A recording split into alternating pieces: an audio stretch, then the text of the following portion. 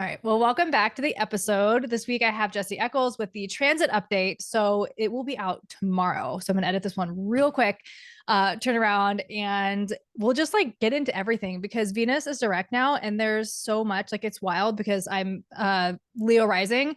And I was like really curious to see what this Virgo retrograde was going to bring for me because like looking back at like 2015, it was 2007 or 2008, either way, like they were both pretty impactful in like my relationships. And so I was like, what is going to happen this one? So I don't know. How have you been feeling? Because I feel like the last couple of weeks have been wild. And I have Uranus right on my sun. So that could be an aspect of it too. But I'm just like, what is happening? Yeah, I want to know what's happening. So feel free to share. I have been in a weird place as well, but also like a really good place. And I think it's fun talking to you because I've been like so offline. Mm, I've been so much more present in like, I guess, my real life and less wrapped up in all of the things social media and all of the things work wise, I guess, and just really like focusing on what's in front of my face right now, which is my kids and all of that kind of stuff. So I'm just kind of like in a weird place and trying to like get my feet back on the ground with a few things kind of work wise, which is astrology for me mm, in some ways. And I think we've talked about this before, but I'm an Aquarius moon, so I detach a lot, but I have been detaching from the transits quite a bit more than even usual. And I think part of that also is like with some of the Pluto aspects in my chart, I'm just like, I don't really want to know. And so that's part of where I'm at. But I think, I have a ton of Leo in my chart too. So Venus retrograde definitely impacts me, but it's my eighth house. So it's this mm. real like secluded part, right? It's this real undercurrent, this underground part of me and my subconscious, and it feels very private. And so it's I don't even have words for some of that, but I know that looking back at Venus retrogrades in Leo, similar to you, like I can pinpoint like for me that those have been some pretty like deep eighth house times of my life. And this is also one of those as well. I've had Chiron sitting on my IC, and I feel like just this summer was like a lot of family secret stuff, which is Mm. just interesting that that all came out in different ways, and it's interesting kind of connecting the dots. So I've just been processing a lot of that, and honestly it's not even information like that is ever something I'm probably going to share because it's not really mine, even though it's family lineage stuff, but all of that kind of stuff, and I'm just processing what that means for me. Yeah. I've also felt like, especially like business and career wise, maybe, because my Taurus is my 10th house, right? So Uranus, like all that stuff is going over my 10th house. And literally over the last month, I've just been like, do I even keep going? Like I felt so like frustrated and discouraged. Like in all honesty, I'm going to do a whole podcast episode because like the first round of holistic community design was amazing. The second one, I had nobody sign up and it was just like a balloon, like somebody put a pin in it. And I was like, oh, you know what I mean? Cause it's like, I know Mm-hmm. the value of the program. Like I've heard the feedback and things like that. And I feel so lit up by it.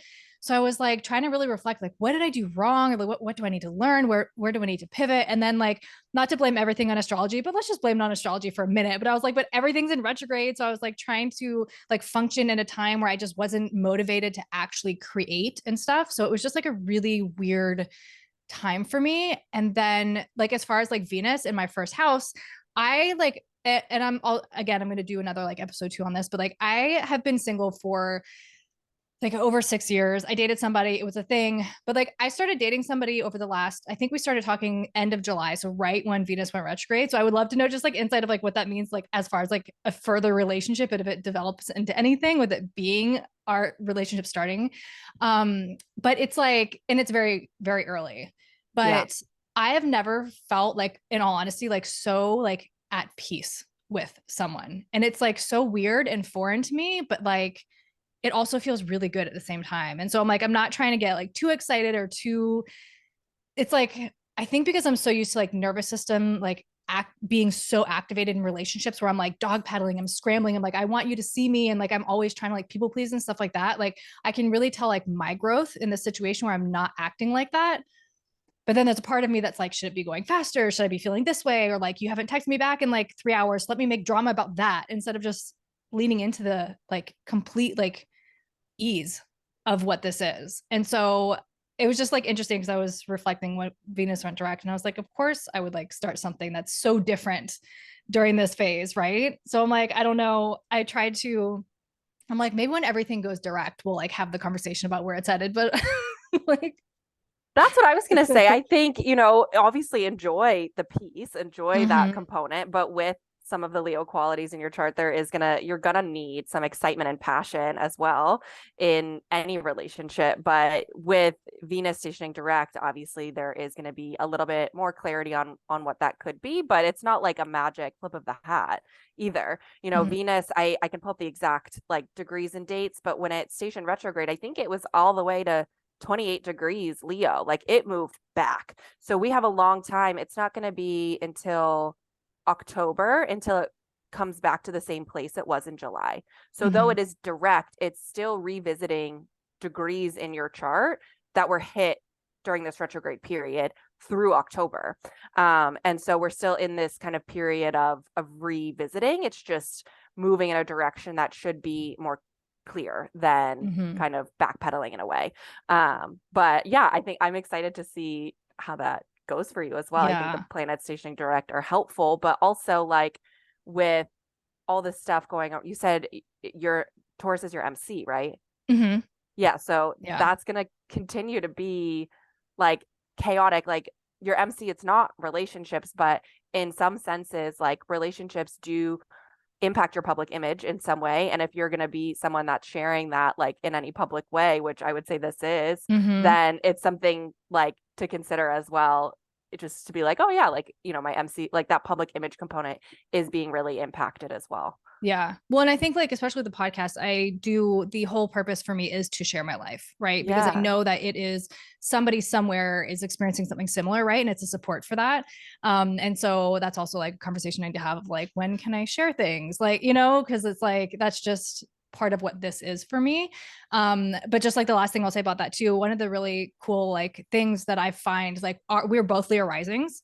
And so I just think like, right, having everything, the compatibility aspect of having all the houses in the same place, like, of course, there's different planetary alignments and stuff like that, but that to me feels very peaceful, right? Because it's like we almost have the same like needs in the same areas of life, Yes. right? Like I there are I different agree. planets there, but like overall, I feel like that's very similar. So I don't know. It's just really cool. It's just cool to like witness and watch. And I'm just trying to like be cool about it. Like, don't get too But also you're Leo rising, so you don't have to be totally cool. exactly. But It's he is okay. too, right? Yes. So Yeah. like maybe he gets it. Right, right, right. No, I mean, I'm happy for you and I'm glad you're in a place that you can see it from like also kind of a higher perspective as well, Mm-hmm. like being present within the relationship dynamic, but also like it is what it is, whatever it is, right? Yeah, yeah. And I think like the last like it's not wasn't really a relationship, but the one like person that I dated seriously, I guess seriously, I'm air quoting it, over the last like 6 years showed me that was like so hard to get over that I'm like, if I can get over that, I can get over anything. Like, you know what I mean? Like I don't need thing that showed me I don't need anything outside of myself. But Yes. but yeah. So okay. So Venus went direct on the 3rd, which was Yes. Sunday, right? Sunday or Monday? Sunday? I think it was Sunday. Yeah, I think so Yeah. too. And it was in gate 33, and gate 33 is gate of privacy, right?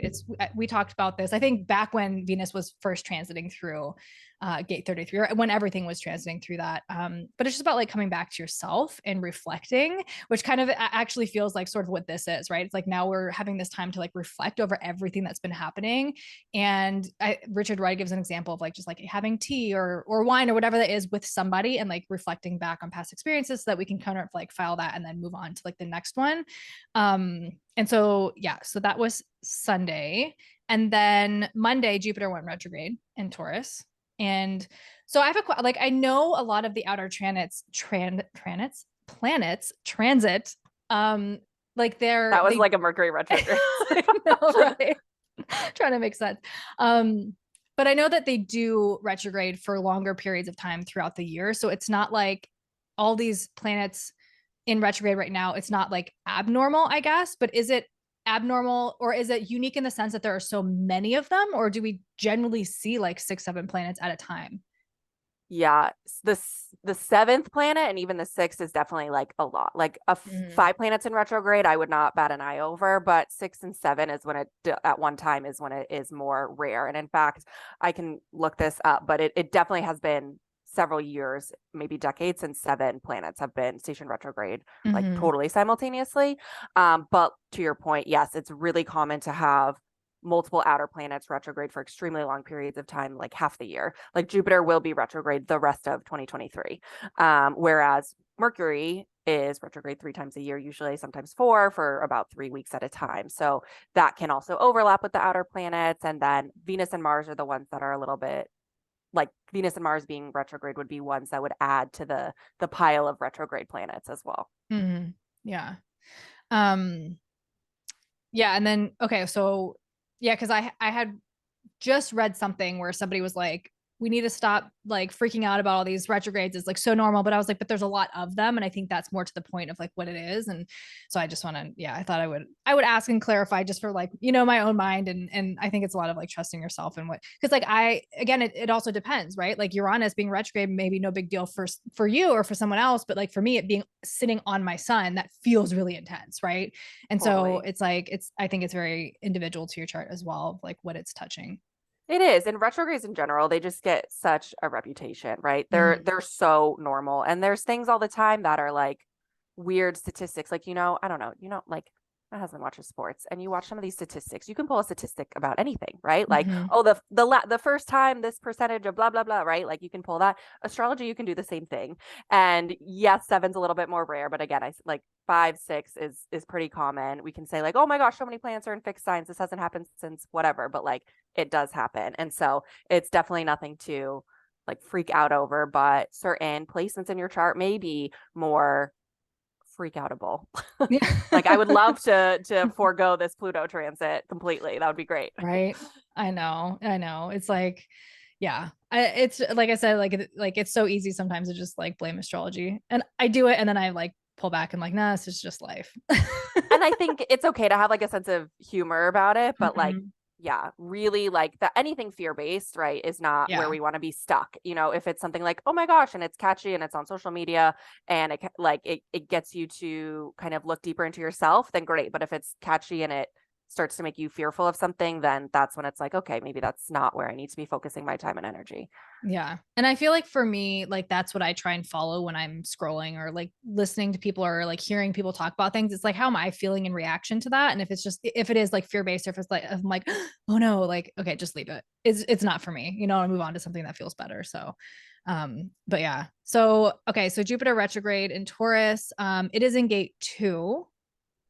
Yeah, I'm looking at my incorrect gate 40 for the Kazemi. It's not there. But gate 2 is like it's in the G center. It's the direction.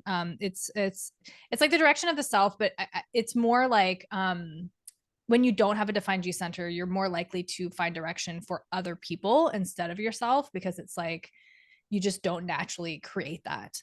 And so yeah, I don't know. Jupiter's just there. So we're just figuring things out of like our direction and our purpose and where we're headed and maybe seeing that for other people over ourselves. So I love that. Yeah. And I mean, so Jupiter, it's in Taurus the whole time. I was trying to pull up the exact degrees. Stations retrograde at 15 degrees Taurus, and it goes back to the 5 degrees Taurus. mhm. So it stays in Taurus the whole time, which is where it's been for most of this year as well. But I think what's sort of interesting about this, like I like to look at like the bigger picture cycles, right? And so while the North and South node have moved into Aries Libra, like we just experienced that 18-month, I was gonna say 18-year, that 18-month cycle of the North Node in Taurus. And so that part of our chart has been really like activated and focused on with the North Node and the eclipses over the last 18 months there. And we actually do have one final eclipse in Taurus this fall, which we'll probably get into maybe next month. And so I think it's still like relevant in that area of your chart, especially if you use whole signs for your chart, because it's going to be in that same house. And then obviously, to your point, with Uranus being in Taurus as well, this part of your chart has just been super activated for a long time. And Jupiter, while it is like a very overall positive planet, we hear abundance and prosperity and like freedom and all these like really great things. It's also one of those, or it is the planet that expands like whatever it is. So that can be, if you're kind of, like, so Taurus, it's about values, it's about self-worth. And self-worth is something I feel like I've been talking about a ton in my sessions, probably because I work with a lot of Taurus risings and we got Uranus and Jupiter and all the things. But if you're not in a place that you are showing yourself that you are worthy, you know, and putting that time and effort into nourishing your body, taking care of yourself, like it can be the simple, silly self-care practices, but like truly taking care of yourself in a way that feels good, Jupiter will, you know, expand that for better or for worse. So anything that's also like the opposite of putting yourself first, and like anything like self-deprecating or any habits that are not serving you, Jupiter will also expand that. And so with the retrograde, if you know, have made strides over the last several months on certain parts of your life that you feel like you're really, you know, showing yourself that you are worthy of abundance, that you are worthy of whatever you desire, this retrograde period would, you know, really test you on that. Like, do you really mean these habits? Do you really mean that you're going to, you know, make yourself feel worthy in these moments? Yeah. And like for me, so I also have Mercury at 15 degrees of Taurus. So I'm like, it's being hit by both ends. But like, as you're talking, I feel like I definitely resonate with that over the last like month. And I do feel like I've definitely like in reflection of the last, like say 7 years of my life, like I definitely have a lot more self-worth now. And I think that's where it's been a little bit frustrating over the last month is because I've hit these little pockets of just like that victimy, like, oh, like, what am I doing? You know what I mean? Like I literally had like the very first time in like 4 years, like I sat to like edit a podcast. I'm like, should I continue? Because I was just so tired, Yeah. you know, Yeah. and it was real quick because I was like, no, like then I think too, because like I took the whole summer off from interviews apart from this, like, you know, us talking. Mm-hmm. And so I had scheduled interviews for this past week. And so like doing those again, I was like, oh, this is, you know, like I really do like enjoy these connections and conversations. And I do get like reflections from people, but that was a total side note. I'm just in that self-worth piece is what you're talking about, right? And I really do feel Mm-hmm. that when it comes to Taurus and even like body stuff. I've noticed a lot of body stuff coming up, and that could be Venus in retrograde in or you know, in the first house, right? Because it's all about Mm-hmm. like the self. So it's just interesting. I was talking to somebody at work. There was one girl that wanted me to read her chart, and I was just giving her like a little brief taste of it. And this other guy comes and sat down, and he's just like, I don't believe in astrology. It's all bullshit. This, that, and the other thing, right? And so I kind of walked away, and he's like, you're not going to read my chart. I'm like, for what? You know, I'm not trying to have you like sit here and disprove me. Yeah. It's just like, but it's just like so interesting. I don't even know where that story came from. I told you, I feel like I haven't like talked to people like a while. I don't know. It's a weird thing. I know, I totally get it. And that's what, when I first came on, I was like, you know, when you like the first person you talk to in the morning, or like, have you Mm, ever just like woken up and like recorded a story and you're like, oh my God, this is the first time like I've spoken today. yeah. Right. And Yeah. you're just like, you don't know how to talk to people. And that's, I've been so in like kid mom mode, and I love all of that. But this like kind of roll off the tongue stuff, like with astrology and human design, when you're in it and you're doing readings and you're talking all the time, it's like right there. But like with Mm-hmm. Mercury retrograde, and when you're not like talking about it with your kids all the time, it's like, oh, like the actual vocabulary isn't, you know, it's like riding a bike, it comes back, but it doesn't flow the same Yeah. way. Yeah. I know, right? You can tell like stumbling over my words and everything like that. But yeah, it definitely makes sense. Okay. So we have that Jupiter retrograde. And then the 15th, and I don't know, correct me if I'm like jumping over things because I was sort of, yeah, I wrote it down, but then I didn't write any of the like little, like smaller transits. So if I'm missing something, let me know. But the 15th Mercury goes direct. Mhm. And it was, and okay, so Mercury goes direct in gate 40. It's not in gate 40 today. It goes direct in gate There 40. it is. I think I got like so like excited about gate 40 because I feel like even though like we're not in that energy right now, just the theme of gate 40 is so relevant, I feel like, for a lot of people right now, because the shadow of gate 40 is exhaustion, right? And it's in the ego center, it's in the will, the heart center. And you know, Richard Rudd talks about it being like exhausting your resources. Like, are you exhausting yourself with work? Are you exhausting yourself with food, with travel, with drinking, like all these things that are like not really serving us and like really slowing down and being in the moment? And I think with Mercury in retrograde, right, the reason why it's so like sticky so often is because we're not slowing down. It wants us to slow down, and we're like continuing the same pace, the same speed, the same like fast everything that we do in life. And so just like, you know, tripping over your words or not reading as carefully as you could be and all these little things. And so it just feels like I've felt like a lot of people have been reflecting just this feeling of being exhausted. Like I know I have been, right? And so I just feel like that theme of that gate, Mercury going direct in that, is just really like almost just like, what's the word I'm looking for? Like the veil is lifting a little bit. Like there's Yeah, of just like, this like ability to like kind of like release that. yeah, and it's just like the theme that's sort of been like happening within the retrograde period.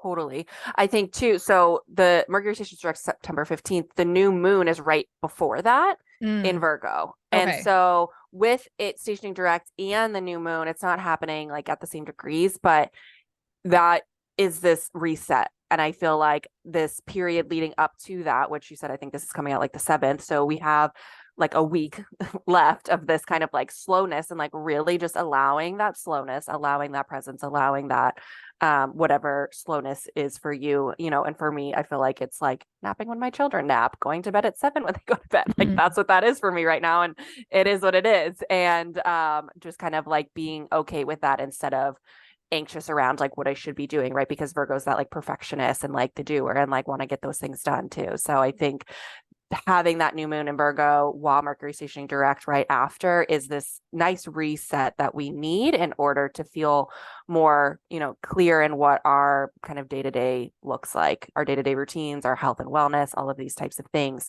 which is going to be extra important as we move into October. Mm-hmm.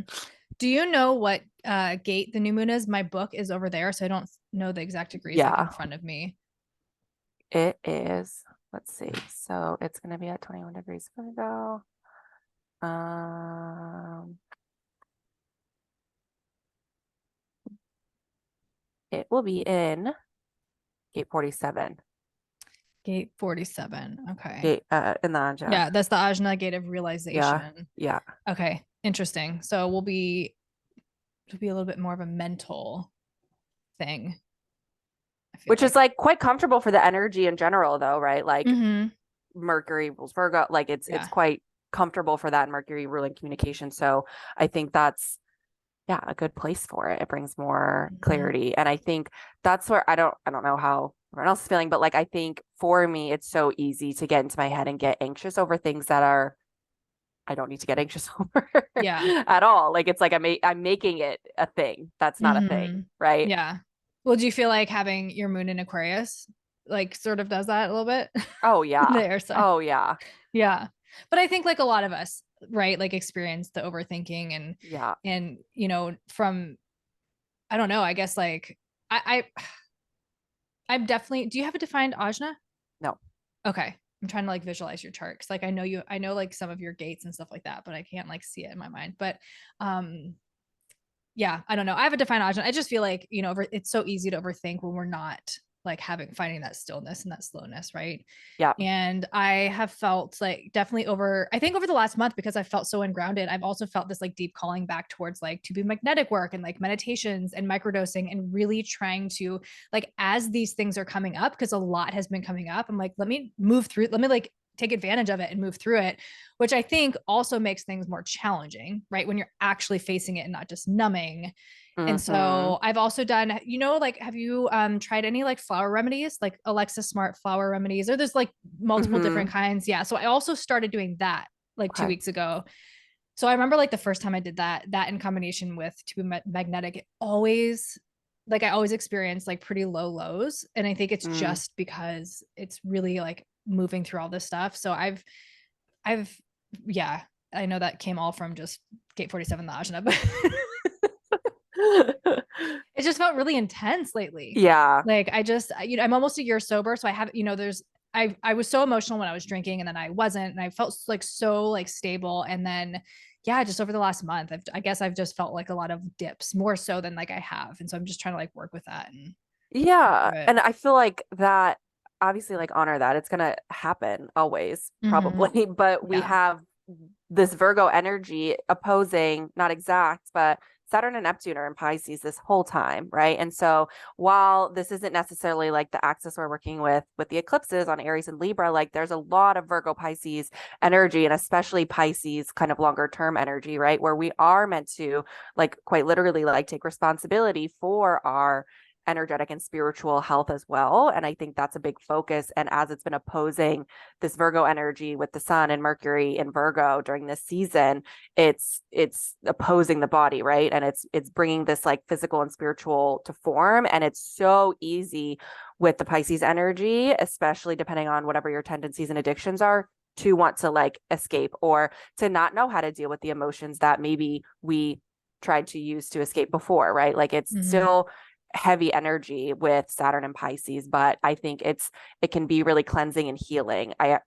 We talked about Saturn and Pisces and whenever it moved into Pisces, but during Saturn retrograde, it goes all the way back, I think, to 0 degrees, if not 1 degree Pisces. Like we're going back to the beginning of this Pisces energy with Saturn and Pisces retrograde. And so that, I think it's not like a specific aspect necessarily happening, but it's definitely relevant to the overall picture of the energy right now. Would, because I'm just trying to think.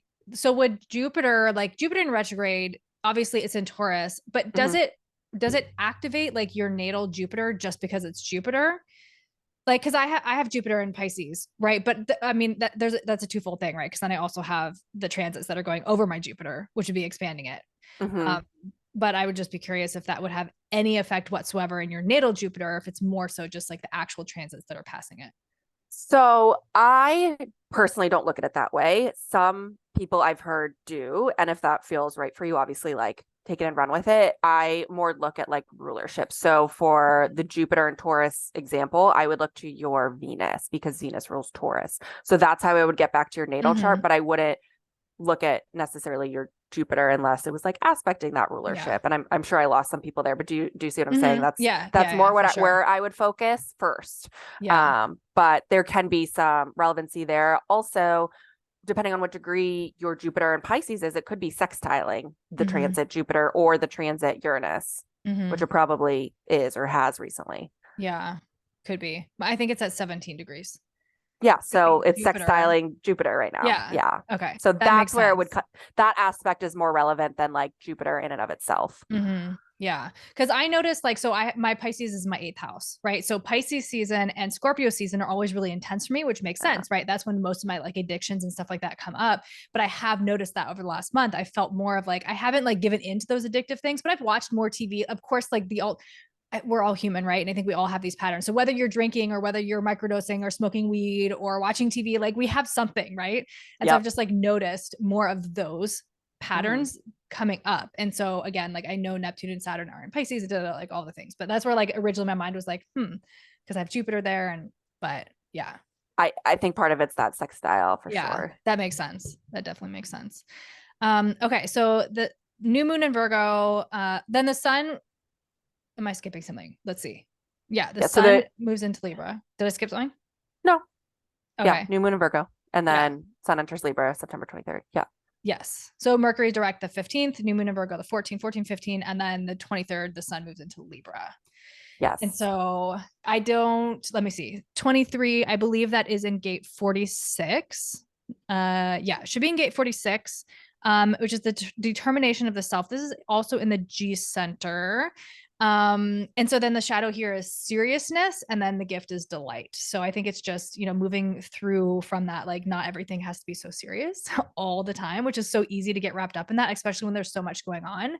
And then I just like made a post too. I was like, for me, like my Venus is in Gemini, and I just like love that aspect of my chart because I have so much like heavy energy, and it's just so nice to have that like lightness, right? And I feel like that's why I'm so attracted to Geminis, because they're just like playful and they're light, and it like activates me in that way. And so like this gate, it just kind of reminds me of that, right? Where it's like, lean more into the lightness instead of just like taking things so seriously all the time, especially if you have an undefined G center, right? Where you're just like, feel like this little chameleon and just, always trying to figure out who you are and what your purpose is.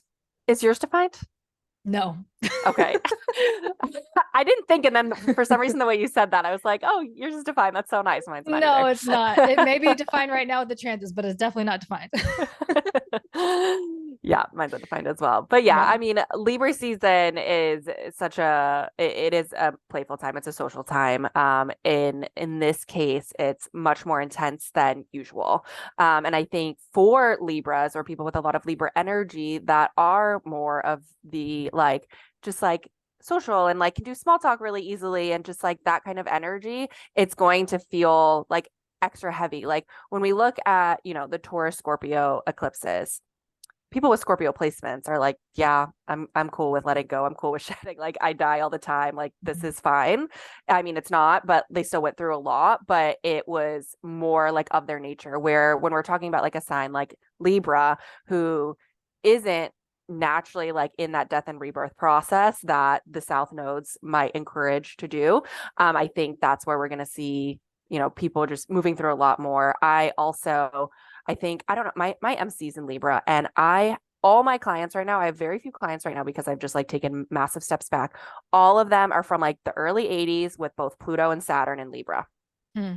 Okay. So that whole early 80s generation with Saturn and Pluto in Libra, it'll just be interesting to see. Like, I think there'll be a lot of shifts for that generation around just the collective as well, because it's their natal Pluto, it's their natal Saturn. And I think with the nodes, like those early 80s babies, they're just going to be going through a lot for this kind of eclipse season and through 2024. All of the clients that I work with those planets are like very aware and open and ready for the change, I feel like, that they're moving through, but like need some energetic support to like actually move through that. But all this to say, so Libra season, like we love Libra season in general, but it's going to be a little bit of a different one because we will have the first full moon, which we'll talk about because that's September, but that's not an eclipse. But then we do move into eclipses with the new moon solar eclipse in Libra during Libra season, and just some like other cardinal energy with Pluto and Capricorn, and just some cardinal chaos, I think. Yeah. Yeah. And with the people with the nodes, because I know like Yes. that's obviously a piece of eclipse season, and wherever that is. I don't know. I was reading something too about just like I can't remember what the book is called. I think it's called Taking Charge, but it's literally about the evolution of like our soul and like in our physical bodies and things. But yeah, I was just saying at 37, like the shifts that it is because it's your nodal return, right? Like the Yes. second one. And so I was like, that could that could be also be why like there's so much going on right now with the nodal return. Absolutely. But it just like, yeah, I don't know. It's just Your North Node is Aries. mm-hmm. Okay. Yeah. I'd forgotten that. Okay. Yeah. Yes. Huge shifts for nodal return as well, of course. Mm-hmm. Um, yeah. So then, yeah, so we have the full moon in Aries is on September 29th. And Mm-hmm. it's not an eclipse. I'm gonna get like technical here because some people I feel like are like, oh, well, the nodes are in Aries and Libra, and it gets like confusing. But because of the degrees of where the full moon is, which I had it pulled up a second ago. So the full moon will be at 6 degrees of Aries and Libra, where the north and the south node are at 24 degrees. So that orb is just so wide. Mm-hmm. So we won't actually have an eclipse quite yet there, but it's the last full moon in Aries that's not an eclipse for the next 18 months. Yeah. And the So eclipse is the Taurus Scorpio axis, no? Am I incorrect? yeah, so Okay. this is why it definitely gets like confusing when the nodes kind of switch, because what you'll see if you go through like a whole table of the eclipses in history, it'll like be like fluctuating back and forth between signs sometimes, where theoretically it kind of stays in one sign or one axis for 18 months. But because the nodes are still like far enough or closer to kind of like the beginning of Taurus and the beginning of Aries, that's how the eclipses sort of happen there. So they're like loose eclipses because the north and the south node are actually in Aries and Libra, though it'll be eclipsing the moon in the full moon in Taurus on October 28th. So yes, we will have a Taurus full moon eclipse, but the moon will be in Taurus and the north node will be in Aries. So it is a Taurus eclipse because that's where the moon is and that's what's being eclipsed.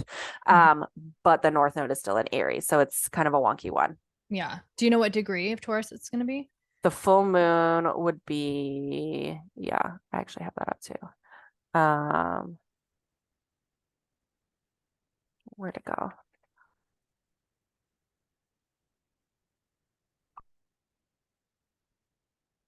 Sorry, I just had that up. It'll be like late degrees Taurus though. October 28th. There it is. The 29th. Five, yeah. So that's why. Okay, so it'll be at 5 degrees Scorpio. So the sun will be at 5 degrees Scorpio, and the moon will be at 5 degrees Taurus, where the north node will be 24 degrees. And so it's a it's a big orb. It's an 11-degree orb. So it's a very like loose eclipse. Mm-hmm. Sorry, I'm just trying to like, okay, 6 degrees. So we said the moon on the 5 29th? degrees. 5 degrees Okay, on okay. October 28th is that Taurus one. Oh, But we're there's looking at October. Sorry, I pulled up September 29th. That's why I was confusing myself because it's like, hold on a second. no, we Looks started talking different. about eclipses, so Yeah, we're getting yeah. ahead of ourselves. But this Okay. so the full moon in Aries on Yeah. September 29th is not an eclipse, Yeah, it's even just though a the full North Node's also in Aries. It's because the North Node's at 24 degrees and the new moon is too many charts up, 6 degrees. So the Okay, new that's moon what is I 6 thought. degrees. So Mhm. that orb is like, right, 20 degrees. It's Yeah. not close enough for it to be technically an eclipse. Mhm. But we still have a full moon. We still have Chiron in Aries. We're going to have Mars in Libra. And I think the one thing I did want to highlight about this full moon is, we always have an Aries Libra full moon every single year, and it's always about the self and others and the self and relationships and like honoring ourselves. And there's a lot of Aries energy right now because the North Node's in Aries to put ourselves first. Though the full moon itself doesn't have any like super crazy aspects, there is going to be a big T square in cardinal energy. So there will be, it's not like fully exact but it's close enough. So the Mars is going to be at 27 degrees Libra. No, 21 degrees Libra. Pluto is going to be at 27 degrees Capricorn, and the nodes are going to be at 24 degrees. So that's pulling a T square. So there's an intensity like undercurrent to this full moon. And the release of that T square is in Cancer in cardinal energy as well to kind of complete that T square. Mhm. And so with that, there's just an intensity. There's a lot of tension in that cardinal energy. Anyone with literally any cardinal placements is going to feel this a lot. And I do feel like we're talking about planets like Mars, Pluto, right? There is going to be tension. There's going to be release. Full moons are a time of culmination. And so it is going to be, while it's not an eclipse, it is still going to be extremely potent at the level I feel like an eclipse would feel like because of this extra tension and like kind of combustion point of that in the signs of Aries and Libra, right? Aries is that really like, direct and like authentic, we'll say, right? Like very, straightforward energy. And so that's just going to be part of that full moon as well. Mhm. Do you know what gate the moon is in? So the moon on the full moon, so that's 6 degrees Aries. So it is the moon will be in gate 17 in the Ajna. Gate 17 in the Ajna. Okay. Trying to think. Opinions. Okay. Yeah, that's one I Love don't. that for Aries. Yeah. Shadow's opinion. Aries can have Gift some is strong opinions. farsightedness. Yeah, I'm just trying to pull it up. Yeah, gate opinions. Nitpicky. Yeah. The two like little quotes here for like the shadows. I have the only correct opinion, which definitely I can definitely see that for Aries. And they're like Some of the gates are just like all of the gates that, they're all associated with a astrology sign, obviously. Mhm. And like some of them, it's like, okay, I can make an argument for that, but some of them are way too literal. That's a really Mm. literal. Mhm. Right. And then the gift there is I'm seeing things from the heart. So I feel like that's definitely when you incorporate like that more Libra, right? Yeah. Because I think like that's been a huge lesson for me is allowing the Libra to be incorporated so that I can embody the Aries with that included. But yeah, I like that one. Was there anything that we missed? No, September is like Yeah. pretty simple again. Like I feel like August was also like relatively simple. Mm-hmm. And Yeah. then yeah, Yeah. October is where it starts going a little crazy. That's when we get eclipse season. Okay. Well, we'll have to dig in then. I know that we end with the sun in gate 18, which is Okay. the gate of judgment, which just feels like really, for Libra, because it's all about like balance. And I think it is like we do hear like balance, harmony, all those things, but there is an element of like the law, right? And like in judgment and stuff like that in there too. So that just feels like, like you just talked about, like some of the gates are like so literal. It's like the gate of judgment. That Like exactly. ending there, I was like, that is so Libra. And then the shadow there is like, I'm not good enough. Mm, very Aries Libra. Yeah. Yeah, for sure. which is So, perfect coming off of the full moon as well. Like that's that integration of the polarities. yeah. So yeah, I feel like it's trying to be present in these moments and like everything that's coming up. Like I said, obviously, like I went off in the beginning of this, just like feeling all the things that are coming up. And I know you've been going through some things, and it's just like, it just feels like so much of the transits for this year have it's just been like a boiling, like a pressure cooker, right? And it's Yeah. been interesting because it's felt like so easeful, and then it just hit this point, right? I don't know if it was the Venus retrograde or whatever, but it just like hit this point over the last month where now I'm just like, let's let's move through it. The way you even just like did that, like your hand motion, like when you say boiling, I think of like just like chaos, like bubbles all like coming up. Like it doesn't feel like that. It does feel more of that like motion that you just did in some way, where it's like this tidal wave and like undercurrent. It's more of like that kind of wave is what it feels Yeah. like. Yeah, definitely. Definitely. And yeah, looking forward to talking about like next month and seeing what's coming up, because I'm just like I need to. One thing I did want to talk about. So I did listen to the astrology podcast this month, Okay. and they're like whole like 2.5 hour thing. But what I found like really interesting, and I know it was probably like a little bit of last month, but so Barbie came out July 22nd, right? The day that Venus went retrograde. And Okay. so did Oppenheimer, however Yeah. you pronounce it. But what I thought was really interesting they were talking about was, so Christopher Nolan is the director of Oppenheimer, and he did all the Batman movies. And I had heard that the very last Batman movie he only did because Warner Brothers had promised him if he did that one, they would fund like everything else that he was going to do in his career. And I don't know, there was like a rift there. I don't know what happened, but he broke from them and he went to somebody else. And so there was like, they were talking about how on Venus retrograde, when it went retrograde July 22nd, that it was like intentional because Warner Brothers funded Barbie, right? And so they had like intentionally put it out on the same day as like Oppenheimer, just to sort of like, you know what I mean? I was like, how? That's wild Yeah. and I was so interesting. And yeah, I mean, honestly, makes sense. yeah. Yeah. I think like, do you like, there's no way that like all these people like don't have astrologers on staff. Oh, no It's way. so intentional, some of the like dates and times and things like that, like for sure. That's why like when people like, I mean, obviously to each their own. If astrology doesn't resonate with you, astrology doesn't resonate with you. But like for me personally, I'm like, I just see it. It's everywhere, you know. And it's like, to think that we've been using this since before like time almost, you know. It's just like the oldest. It's just like there's so much wisdom in it. But I don't know, there's just a little side note. It's like some of like again, you know, we don't watch the news much, but Mhm. every now and then I'll be like, oh, when did this happen? Blah, blah, blah. And it's just so like literal. And Yeah.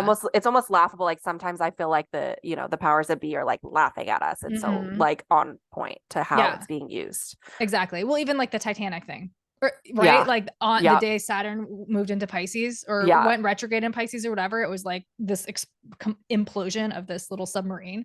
It was like Yes. wild. It's laughable. Yeah, It's wild. exactly. Yeah. Exactly. All right. Well, I don't know. Did we miss anything? That pretty good recap of Yeah. what we're going to That's expect in September. yeah. Yeah. Okay, cool. All right. Well, it was good to catch up. I know I was a little chatty today. Like I said, I just like I felt like love that. I love that. yeah. All right. Well, I will talk to you next month. And again, this will be out tomorrow. It's Wednesday when we're recording this, but it'll be out tomorrow. So, Yeah, and you'll have to update us on your relationship then. oh, I know, right? Next month. Yeah, we'll see what's going on. Okay. Talk All soon. right. Bye. Bye. Bye.